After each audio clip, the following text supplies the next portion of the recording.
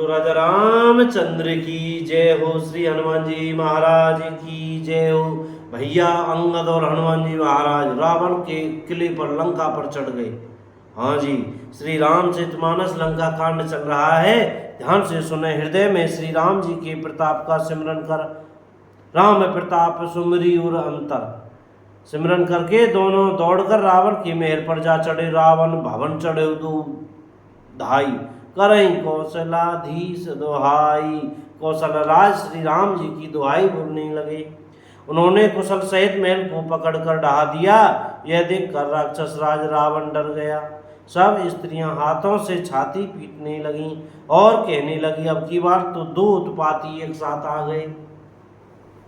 वानर लीला करके घुड़की देकर दोनों उनको डराते हैं और श्री राम चंद्र जी का यश सुंदर गाते हैं, यश सुनाते हैं। फिर सोने के खंभों को हाथों से पकड़कर उन्हें परस्पर कहा कि अब उत्पात आरंभ किया जाए। वे गर्ज कर शत्रु की सेना के बीच में कूद पड़े। अपने भारी भुजबल से उसका मर्दन करने लगे। किसी की लात से और किसी की थप्पड़ से खबर लेते हैं। काहू ही लात चपेटन केहू भजौन राम सु फल लेहू। और कहते हैं कि तुम श्री राम जी को नहीं बचते, उसका यह फल लो। एक को दूसरे से रगड़कर मसल डालते हैं और सिरों को तोड़कर फेंकते हैं। वे सिर जाकर रावण के सामने गिरते हैं और ऐसे फूटते हैं मानो दही के कुंडे फूट रहे हों। जिन बड़े बड़े मुखियों प्रधान सेनापतियों को पकड़ पाते हैं, उनके पैर पकड़कर उन्हें प्रभु के पास फेंक देते हैं। विभीषण जी उनके नाम बतलाते हैं और श्री राम जी उन्हें भी अपना धाम परम पद दे देते हैं। ब्राह्मणों का मांस खाने वाले वे नरभोजी दुष्ट राक्षस भी परम गति पाते हैं, जिसकी योगी भी याचना किया करते हैं परंतु सहज में ही नहीं पाते हैं। शिव जी कहते हैं, हे उमा, श्री राम जी बड़े ही कोमल हृदय और करुणा की खान हैं। वे सोचते हैं कि राक्षस मुझे वैर भाव से ही सही सिमरन तो करते ही।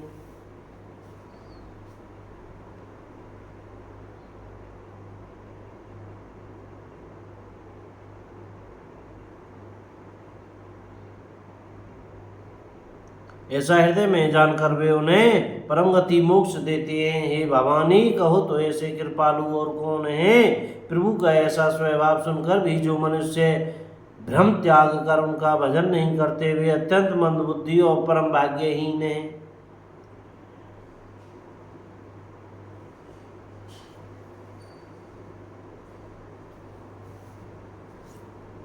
श्री राम जी ने कहा, अंगद और हनुमान किले में घुस गए हैं। दोनों वानर लंका में विध्वंस करते कैसे शोभा देते हैं, जैसे दो मंदरांचल समुद्र को मत रहे हों। भुजाओं के बल से शत्रु की सेना कुचलकर और मसलकर। फिर दिन का अंत होता है। देखकर हनुमान अंगद दोनों कूद पड़े और श्रम थकावट रहित होकर वहां आ गए जहां भगवान श्री राम जी थे।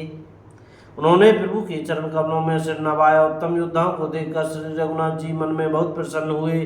श्री राम जी ने कृपा करके दोनों को देखा, जिससे वे श्रम रहित और परम सुखी हो गए। अंगद और हनुमान को गए जानकर सभी भालू और वानर लौट पड़े। राक्षसों ने प्रदोष साय काल का बल पाकर रावण की दुहाई देते हुए वानरों पर धावा किया।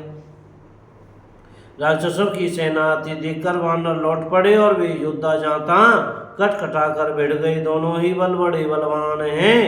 योद्धा ललकार कर लड़ते हैं, कोई हार नहीं मानते। बोलो राजा रामचंद्र की जय हो। श्री हनुमान जी महाराज की जय हो। जय राम जी की। भैया बोलने पढ़ने में कहने में सुनने में भैया कोई भी बार गलतियाँ हो रही हो तो कृपया क्षमा करते रहिएगा।